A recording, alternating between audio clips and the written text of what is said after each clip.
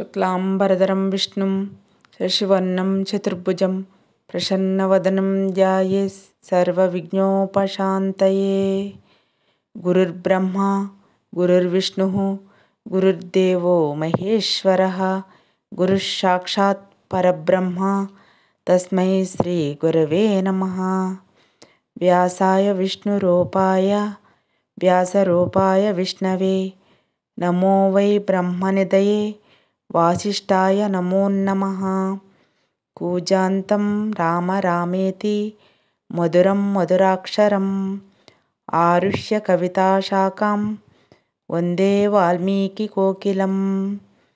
ఆపదామపహర్తారం దాతారం సర్వసంపదాం లోకాభిరామం శ్రీరామం భూయో భూయో నమామ్యహం. గోష్పదీకృతవారసిం మశకీకృతరాక్షసం రామాయణ మహామాలరత్నం వందే అనిలాత్మజం. అంజనానందనం వీరం జానకీశోకనాశనం కపీశమక్షహంతరం వందే లంకాభయంకరం. ఉల్లంఘసింధో సలిలం సలీలం యశోకవహ్నిం జనకాత్మజాయాః ఆదాయ తేనైవ దదాహ లంకాం నమామి తం ప్రాంజలియాంజనేయం. ఆంజనేయమతిపాటలాననం కాంచనాద్రికమనీయ విగ్రహం పారిజాతతరుమూలవాసినం భావయామి పవమాననందనం. యత్ర యత్ర రఘునాథకీర్తనం తత్ర తత్ర కృతమస్తకాంజలిం బాష్పవారి పరిపూర్ణలోచనం మారుతిం నమత రాక్షసాంతకం. మనోజవం మారుతతుల్యవేగం జితేంద్రియం బుద్ధిమతాం వరిష్టం వాతాత్మజం వానరాయుధముఖ్యం శ్రీరామదూతం శిరసా నమామి. శ్రీరామాయ నమః. శ్రీ వాల్మీకి సంపూర్ణ రామాయణం. కిష్కింధాకాండము. రాముడు పంపా సరోవరము యొక్కయు ఆ ప్రాంతము యొక్కయు సౌందర్యము చూసి అధికమైన వియోగ దుఃఖము పొందెను.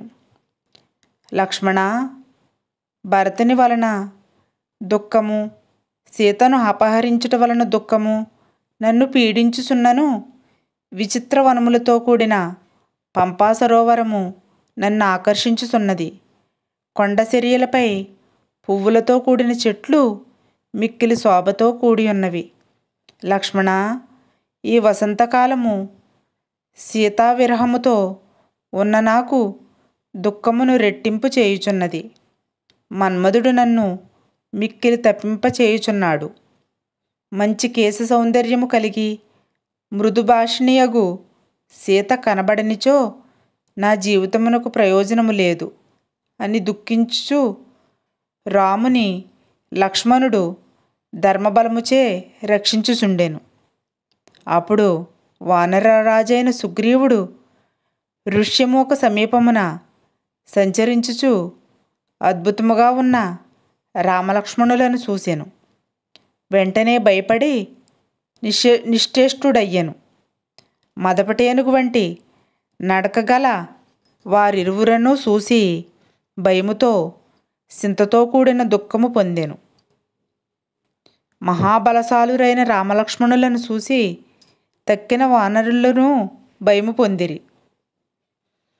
సుగ్రీవుడు హనుమంతుని పంపుట. మహాత్ములు శ్రేష్టమైన ఆయుధములు ధరించిన వీరులగు ఇరువురను చూసి భయపడి సుగ్రీవుడు నలుదిక్కులు చూసెను. మరియు తన మంత్రులకు ఇట్లు చెప్పెను: వీరిరువురు నిశ్చయముగా వాలిచే పంపబడిన వారే కపటవేషముతో ఇక్కడకు వచ్చిరి అని.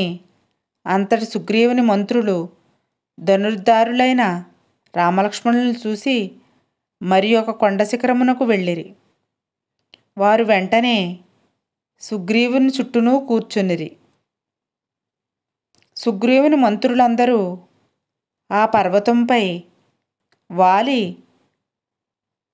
వాలికి అపకారము కలుగునని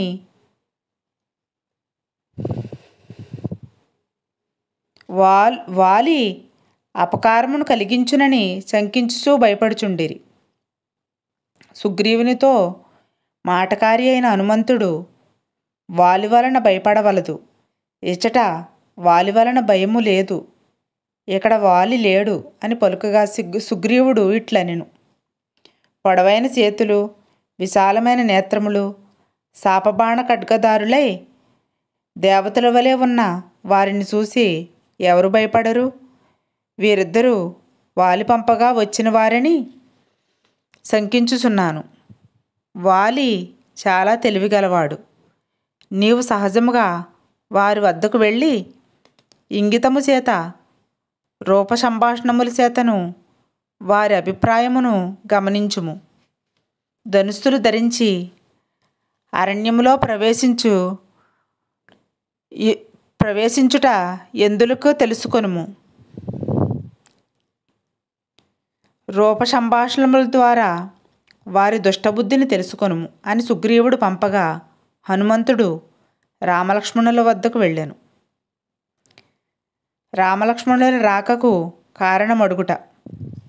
అంతట హనుమంతుడు వానర రూపము విడిచి సన్యాసి రూపముతో వినయవంతుని వలె రామలక్ష్మణుల వద్దకు వచ్చి నమస్కరించి ప్రశంసించాను. మరియు వారిని గౌరవించి, రాజర్షుల వలెను తపస్సాలురైన మీరు ఎట్లు ఇక్కడకు వచ్చితిరి? ఇచ్చట మృగములు, వనసంచారులు మిమ్ము చూసి భయపడుచున్నారు. మీరిరువురును సమస్త భూమిని రక్షింప సమర్థులు. మీ ధనుస్సులు దేవేంద్రుని వజ్రాయుధము వలె ప్రకాశించుచున్నవి. మీ ఖడ్గములు కుబుసము విడిసిన తాసుపాముల వలె ఉన్నవి. ఇట్లు మాట్లాడుచున్న నాతో మీరు మాట్లాడరేమి? సుగ్రీవుడనొక వానరశ్రేష్ఠుడు, ధర్మాత్ముడు. అతడు సోదరునిచే అపకారమును పొంది దుఃఖించుచూ తిరుగుతున్నాడు. ఆ మహాత్ముడు పంపగా నేనిక్కడకు వచ్చి తిని. నా పేరు హనుమంతుడు. ధర్మాత్ముడైన సుగ్రీవుడు మీతో స్నేహము చేయకోరుచున్నాడు. అతని మంత్రిని నేను, వాయుపుత్రుడను. సుగ్రీవుని ప్రేమ కోరి సన్యాసి వేషము ధరించి తిని. నేనిప్పుడు ఋష్యమూకము నుండి వచ్చి తిని అని పలికి మౌనము వహించెను. అప్పుడు రాముడు సంతోషముతో విప్పారిన ముఖము కలవాడై ప్రక్కనున్న లక్ష్మణునితో, మహాత్ముడకు సుగ్రీవుని మంత్రి ఇతడు. అతనినే కోరుచున్న నా వద్దకు వచ్చినాడు. మధురములకు మాటలతో స్నేహపూర్వకంగా సమాధానము చెప్పుము. ఋగ్వేజయు, సామవేదములు, వ్యాకరణము చదివిన వాని వలె మాట్లాడినాడు. పలు మాటలు పలికిన ఒక్కటేనని అపశబ్దము పలుకలేదు. ఏ అవయవమందు దోషము కనపడుటలేదు. కత్తినెత్తినవాడు కూడా వీని మాటలకు కరిగిపోవును. ఇట్టివాడు మంత్రిగానున్న రాజునికి ఏ కార్యములు సిద్ధింపవు అని పలుకగా లక్ష్మణుడు హనుమంతునితో ఇట్లు పలికెను. ఓ విద్వాంసుడా, మహాత్ముడకు సుగ్రీవుని గుణములను వింటిమి. వానరరాజుకు ఆ సుగ్రీవునే వెదుకుచున్నాము. నీవు చెప్పినట్లు సుగ్రీవుని మాట ప్రకారముగానే మేము చేసేదము అని వాయుపుత్రుడగు అని లక్ష్మణుడు చెప్పెను. దానికి వాయుపుత్రుడగు హనుమంతుడు సంతోషించి రామసుగ్రీవులకు మైత్రి కలుగజేయుటకు పూనుకొనెను. హనుమంతుడు రామలక్ష్మణులను తీసుకువెళ్ళుట. అంతటా హనుమంతుడు సుగ్రీవునకు రాజ్యప్రాప్తి తథ్యమని సంతోషించి, ఈ ఘోరారణ్యమునకు ఏల వచ్చితిరి అని ప్రశ్నింపగా రామునిచే ప్రేరేపింపబడిన లక్ష్మణుడు రాముని గూర్చి హనుమంతునికి ఇట్లు చెప్పాను. ధర్మవత్సలుడు, తేజస్శాలియగు దశరథుడను మహారాజు 4 వర్ణముల వారిని స్వధర్మనిష్టతో పరిపాలించువాడు. సద్గుణ సంపన్నుడు. భూరి దక్షిణలతో అగ్నిష్టోమాది యజ్ఞములను ఆచరించినవాడు. అతని జ్యేష్ఠపుత్రుడేతడు. పేరు రాముడు. సర్వప్రాణులను రక్షించువాడు. రాజలక్షణములు కలవాడు. రాజ్యమును విడిచి భార్య అయిన సీతతో వనవాసమునకు వచ్చెను. నేను అతని తమ్ముడను. అతని సద్గుణములచే అతనికి దాసుడను. కామరూపుడగు రాక్షసుడు అతని భార్యను అపహరించెను. దితిపుత్రుడైన ధనువను రాక్షసుడు సుగ్రీవుడు నీ భార్యను అపహరించిన వారిని తెలుసుకొని సమర్థుడని చెప్పి అతడు స్వర్గస్థుడయ్యను. ఇది మా వృత్తాంతము. నేను రాముడు కూడా సుగ్రీవుని శరణు వేడుచున్నాము. సమస్త లోక ప్రభువు సుగ్రీవుని శరణు కోరుచున్నాడు. శరణ్యుడైన దశరథ మహారాజు పుత్రుడు సుగ్రీవుని శరణం అర్థించుచున్నాడు. నాకు పూజ్యుడైన రాఘవుడు సుగ్రీవుని శరణు వేడుచున్నాడు.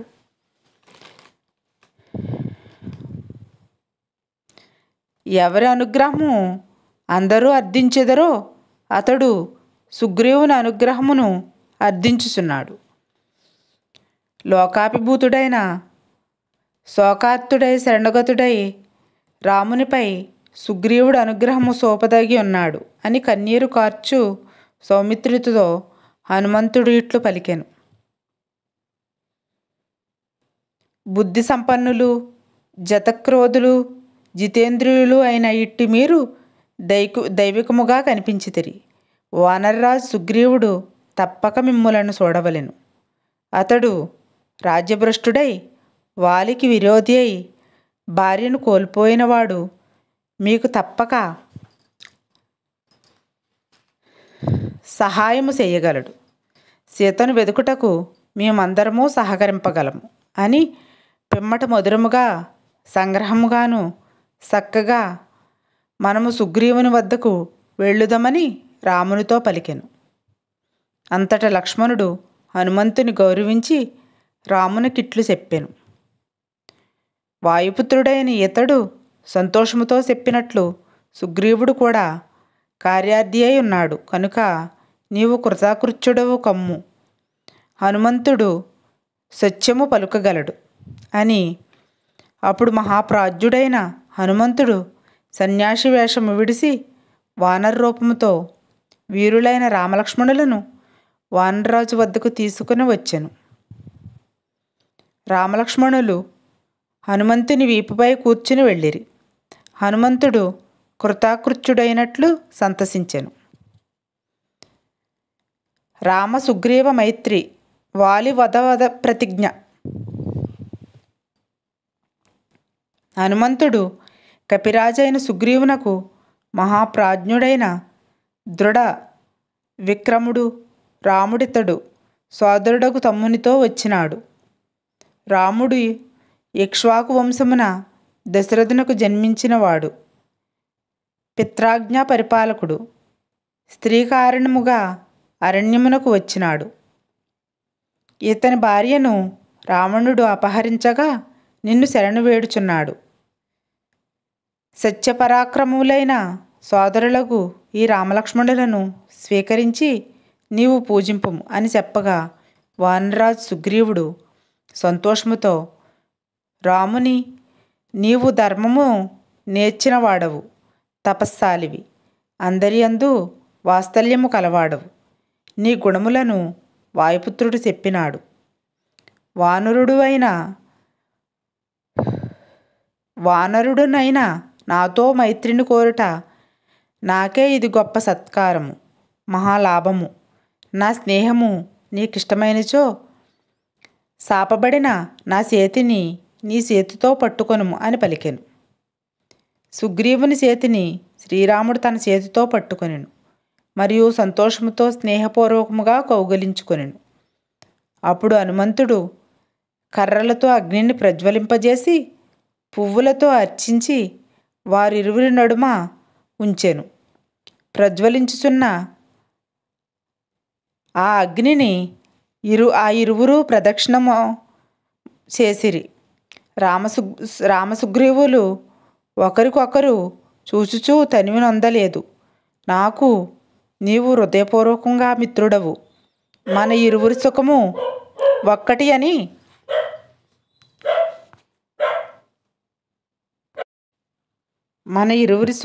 ఒక్కటి అని సుగ్రీవుడు రామునితో పలికెను.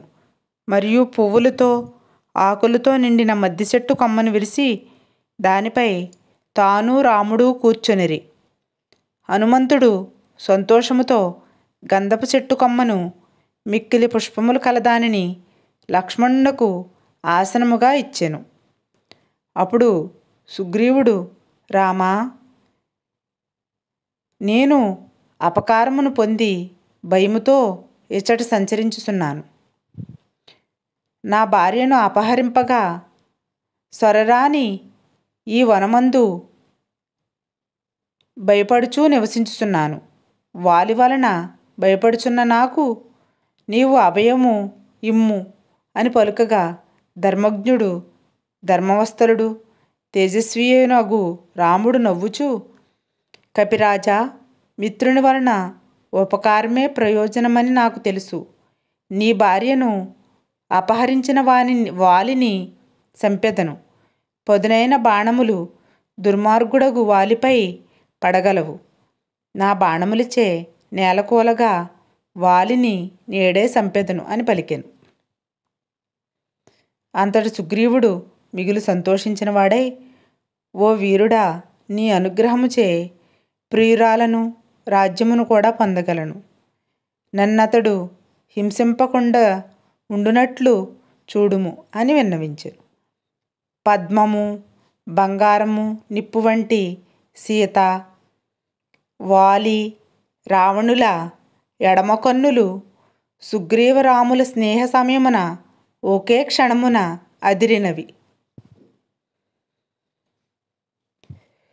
దైన్యముతో రాముడు పలికిన మాటలు విని సుగ్రీవుడు చేతులు జోడించి, పాపాత్ముడగు ఆ రాక్షసుని నివాసం నాకు తెలియదు. అతని సమర్థత కానీ పరాక్రమము కానీ కులము కానీ నేనెరుగను. ప్రతిజ్ఞ చేసి సత్యము చెప్పుచున్నాను. దుఃఖమును విడువుము. నీకు సీత లభించునట్లు ప్రయత్నము చేయగలను. సపరివారముగా రావణుని చంపి త్వరలో నీవు సంతోషించిన వాడవగుదువు. అధైర్యము విడిచి నీ ధైర్యమును స్మరించుము. నీ వంటి వారికిట్లు విసారించుట తగదు. నేను కూడా భార్యా విరహము వలన మహాదుఃఖమును అనుభవించి తిని. నేనిట్లు విసారించుట లేదు, ధైర్యమును కోల్పోవుట లేదు. పౌరుషము తెచ్చుకుని దుఃఖమున అవకాశమియ్యకుము. మిత్రుడుగా నీకు మేలు చెప్పుచున్నాను, నీకు ఉపదేశించుట లేదు అని పలికెను. సుగ్రీవుడు మధురముగా ఓదార్చగా రాముడు కన్నీటిని తుడుచుకుని సుగ్రీవుని కౌగిలించుకుని, మిత్రుడు చేయదగిన పని చేసితివి. ఈ సమయంలో ఇట్టి బంధువు దొరుకుట చాలా కష్టము. సీతను వెదుకుటకు నీవు ప్రయత్నింపవలెను. దుర్మార్గుడగు రావణుని విషయమున నేను చేయదగిన పని స్వేచ్ఛగా చెప్పుము. నీ పని సుక్షేత్రమున వర్షాకాలములో విత్తనము నాటినట్లు ఫలించగలదు. నేను మాట్లాడిన మాట ముమ్మాటికి యథార్థము. నేనెన్నడూ అసత్యము పలుకలేదు, ఇక ఎప్పుడునూ పలుకను అని చెప్పాను.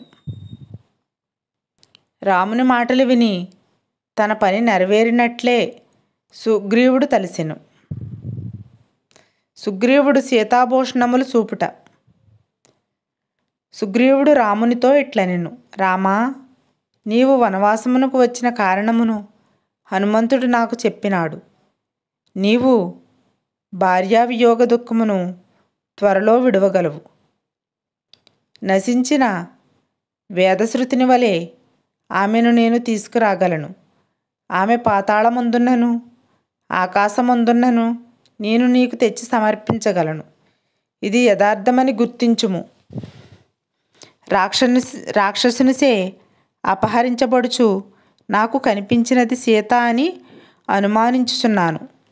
ఆమె రామా రామా లక్ష్మణ అని దుఃఖముతో అరుచుచు రావణుని ఒడియందు స్త్రీ సర్పము వలె గోచరించుచు కొండపైనున్న మా 5గురును చూసి ఉత్తరీయమును ఆభరణములను జారవిడిసినది. వాటిని మేము తీసుకొని భద్రపరిచితిమి. వాటిని తెచ్చెదను, చూడుము, నీవు గుర్తింపవచ్చు అనగా, మిత్రమా త్వరగా తెమ్ము, ఆలస్యము చేసేదివేమి అని రాముడు పలుకగా సుగ్రీవుడు గుహలో ప్రవేశించి ఉత్తరీయము ఆభరణములను చూపించెను. రాముడా వస్త్రములను ఆభరణములను పట్టుకుని హా ప్రియా అని దుఃఖించుచు నేలవ్రాలెను. కన్నంలో నుండి రోషించిన సర్పం వలె నిట్టూర్పు విడిసెను.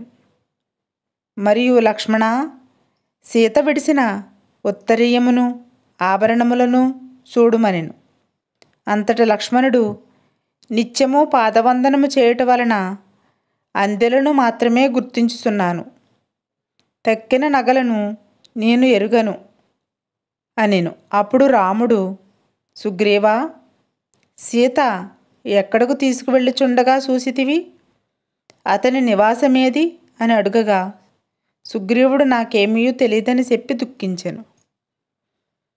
సుగ్రీవుడు తన దుఃఖమును చెప్పుకొనుట. సుగ్రీవుడు బాగుగా పుష్పించిన వృక్షమును చూసి ఎక్కువ ఆకులు గల కొమ్మను విరిచి దానిపై తానును రాముడను కూర్చునిరి. హనుమంతుడు మరి ఒక కొమ్మను విరిచి లక్ష్మణుని కూర్చొనబెట్టెను. అప్పుడు సుగ్రీవుడు రామునితో ఇట్లు చెప్పెను, నన్ను నా సోదరుడు తిరస్కరించి భయమునకు గురిచేసెను కనుక నేనీ ఋష్యమూక పర్వతంపై సంచరించుచున్నాను. నేను భార్యను కోల్పోయి దుఃఖించుచున్నాను. వాలి వలన భయపడుచు దిక్కులేని నన్ను నీవు అనుగ్రహింపుము అని. అప్పుడు రాముడు ఉపకారము చేయుట మిత్రలక్షణము, అపకారం అనర్చుట శత్రువు లక్షణము అని పలికి, నా బాణములచే శత్రువైన నీ సోదరిని మరణించినట్లే తలచుము అనగా సుగ్రీవుడు సంతసించి బాగాని మెచ్చుకునేను. మరలా రామునితో ఇట్లనెను, వాలి నన్ను రాజ్యము నుండి వెడలగొట్టి నా భార్యను అపహరించెను. నా సంహారమునకు ప్రయత్నించుతూనే ఉన్నాడు. మిత్రులైన ఈ వానరులు నన్ను రక్షించుచున్నారు. నా అన్న వాలి ప్రఖ్యాతి చెందిన పరాక్రమం కలవాడు శత్రువు. అతడు మరణించిన నా దుఃఖము నశించును. మానవునికి ఎల్లప్పుడూ స్నేహితుడు గతి అయి ఉన్నాడు అని అనెను. అప్పుడు రాముడు నీ శత్రువు చచ్చినట్లే తలుసుమనగా సుగ్రీవుడు సంతోషించిన మనస్సు కలవాడయ్యను. వాలిని చంపగల శక్తి రామునకు కలదా అను సంశయమును కాలిబొటన వ్రేలితో దుందుబి శరీరమును సుదూరమున పడవేచుట సప్తతాళ భేదనము చేతను తొలగించి సుగ్రీవునకు రాముడు విశ్వాసమును కలిగించెను. అన్నతో యుద్ధమునకు సుగ్రీవుడు సిద్ధపడెను. సుగ్రీవుడు వాలిని యుద్ధమునకు పిలుచుట. సుగ్రీవుడు రాముని పరీక్షించి, రామా నీవు బాణములతో ఇంద్రాది దేవతల అందరూ సంహరింపగలవని మెచ్చుకొని ఈనాడే నా సంతోషము కొరకు శత్రువైన సోదరుని సంహరింపము అని నమస్కరించాను. అంత రాముడు సుగ్రీవుని కౌగిలించుకొని ఇట నుండి కిష్కిందకు వెళ్ళుదమని నీవు త్వరగా మాకంటే ముందు వెడలుమనెను. వెళ్ళి వాలిని యుద్ధమునకు పిలువుము అని పలికి అందరూ కిష్కింధకు వెళ్ళి దట్టమైన వనములో చెట్ల చాటున దాగి ఉండిరి. సుగ్రీవుడు పెద్దగా అరిసెను. అది విని కోపించి వాలి యుద్ధమునకు వచ్చెను. అప్పుడు వాలి సుగ్రీవులకు ఘోరమగు యుద్ధము జరిగెను. రాముడు ధనుస్సు ధరించి వారిరువురను చూసెను. అశ్విని దేవతల వలె ఇరువురు ఒకే రీతిగా ఉండిరి. వారిలో తేడా తెలియక రాముడు బాణమును విడవలేదు. ఇంతలో వాలితో దెబ్బలు తినలేక సుగ్రీవుడు రాముడు కనబడక రక్తంతో తడిసిన శరీరము కలవాడై తన నివాసములో దూరెను. వాలి శాపభయముచే అచటికి వెళ్ళక మరలిపోయాను. రాముడు హనుమల్ లక్ష్మణులతో సుగ్రీవుని వద్దకు వచ్చాను. అప్పుడు సుగ్రీవుడు సిగ్గుపడుచు తల వంచి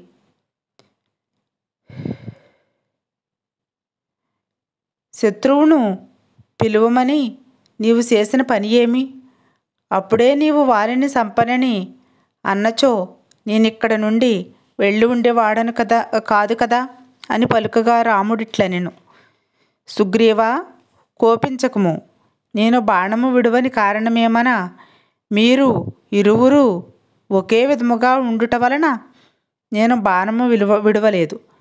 కనుక నీవు ఏదైనా గుర్తును ధరింపుము, మరలా యుద్ధము చేయుమనెను.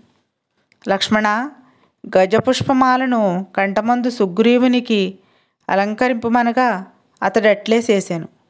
అప్పుడు మరలా రామునితో సుగ్రీవుడు కిష్కింధకేగాను.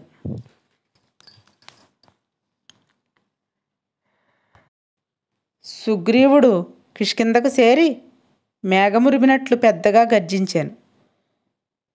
అంతఃపురంలోనున్న వాలి సోదరుని గర్జన విని రోషముతో ఎర్రబడిన కన్నులు కలవాడై యుద్ధ సన్నుద్ధుడయ్యాను.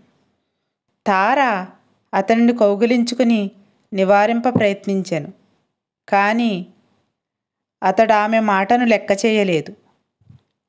వాలి సుగ్రీవుల యుద్ధము. వాలి పరమరోషముతో నగరం వెలుపలకు వచ్చి అంతటా కలయ చూసి సుగ్రీవునిపై దృష్టి సారించెను. మరియు పిడికిలి బిగించి సుగ్రీవునికి ఎదురుగా వెళ్ళెను. మరియు నా పిడికిలి నీ ప్రాణములను హరించి తీరునని సుగ్రీవుని తలపై కొట్టెను. సుగ్రీవుడు చెట్టును పెకలించి వాలి శరీరంపై విసిరెను.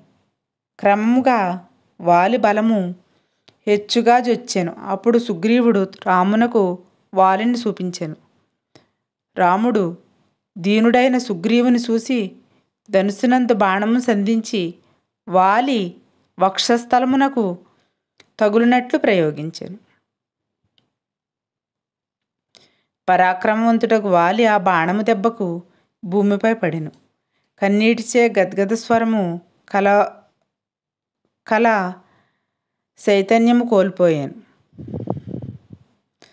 నేలపై పడి ఉన్న మహేంద్రపుత్రుడకు వాలిని రాముడు సమీపమునకు వెళ్ళి చూశాను. అప్పటికి స్మృతి వచ్చిన వాలి రాముని లక్ష్మణుని చూసి ఇట్లు పలికెను. వెనుక నుంచి చంపిన నీకేమి గొప్పతనము? నీవు సకల సద్గుణ సంపన్నుడవని విని ఉంటిని. నీవు గడ్డిచే ఆవరించబడిన నూతితో సమానుడవు. నిన్ను అవమానించని నన్నేల చంపితివి? ఇది తగిన పని అయినచో సమాధానం చెప్పుమని వాలి యోరకుండెను. శ్రీరాముని సమాధానం. చల్లారిన అగ్నివలే ఉన్న వాలి అధిక్షేపమునకు రాముడు వానితో ఇట్లు పలికెను. ధర్మార్థ కామములను లౌకిక సమయమును గ్రహింపక చిన్నతనముచే నన్నిట్లు నిందించుచున్నావు. నీవు వానర సాఫల్యముతో మాట్లాడితివి. ఈ భూమి అంతా ఇక్ష్వాకు వంశరాజుల యొక్క శాసనముపై ఆధారపడి ఉన్నది. ఆ వంశమునకు చెందిన భరతుడు ప్రస్తుతము పరిపాలించుచున్నాడు. నీవు సోదరుని భార్యను హరించి అధర్మమునకు స్థానమైతివి. కనుక నీకే శిక్ష విధింపబడినది. నేను క్షత్రియుడినై ఉండి నీ పాపమును సహింపజాలను. లక్ష్మణుని వలె సుగ్రీవుడు నాకు మిత్రుడు. నిన్ను శిక్షించుట అన్ని విధములా ధర్మమే. రాజు పాపాత్ముని శాసించనిసో అతను పాపమును పొందగలడు. మరియు మృగములను చంపునప్పుడు రాజు ఎట్లయినా ప్రవర్తింపవచ్చును. రాముడిట్లు మాట్లాడగా వాలి చేతులు జోడించి, నేను పొరపాటుచే పలికిన తగని మాటలను దోషముగా గ్రహింపకము. నీవు వాస్తవము తెలిసిన వాడవు, ప్రజాహితమందాసక్తి కలవాడవు అని పలికి అంగదుని రక్షింపమని కోరాను. నీ వలన మరణమును కోరియే తార నివారించినను సుగ్రీవునితో ద్వంద్వయుద్ధమునకు వచ్చి తిని అని పలికి వాలి ఊరకొనెను. రాముడు వాలిని ఓదార్చి, నీవు సంతాపము నందకుము, నీవి శిక్షచే పాపమును పోగొట్టుకొనిన వాడివైతివి. అంగదుడు నన్ను సుగ్రీవుని కూడా నిన్ను చూసినట్లే చూసును అనగా బాణములవన బాధతో నిన్ను నిందించినందులకు నన్ను క్షమింపుము అని రాముని వాలి ప్రార్థించాను. పడిపోయిన వాలిని చూసి తార పరిగెత్తుచున్న వానరులతో మాట్లాడి అంగదునితో కూడా వాలి సమీపమునకు వచ్చి అతని దురావస్థను చూసి దుఃఖించాను. పిమ్మట హనుమంతుడు తారకు వేదాంతము చెప్పినను తాను భర్తను అనుసరించేదనని పలికాను. తరువాత వాలి సుగ్రీవాదులకు తన అభిప్రాయమును తెలిపి ప్రాణత్యాగం అనర్చెను. అంతటి తార అమిత దుఃఖము అనుభవించారు. అప్పుడు శ్రీరాముడు ఆమె నోదార్చెను. తరువాత లక్ష్మణుడు, రాముడు, సుగ్రీవ తారాంగదుల ఓరడించి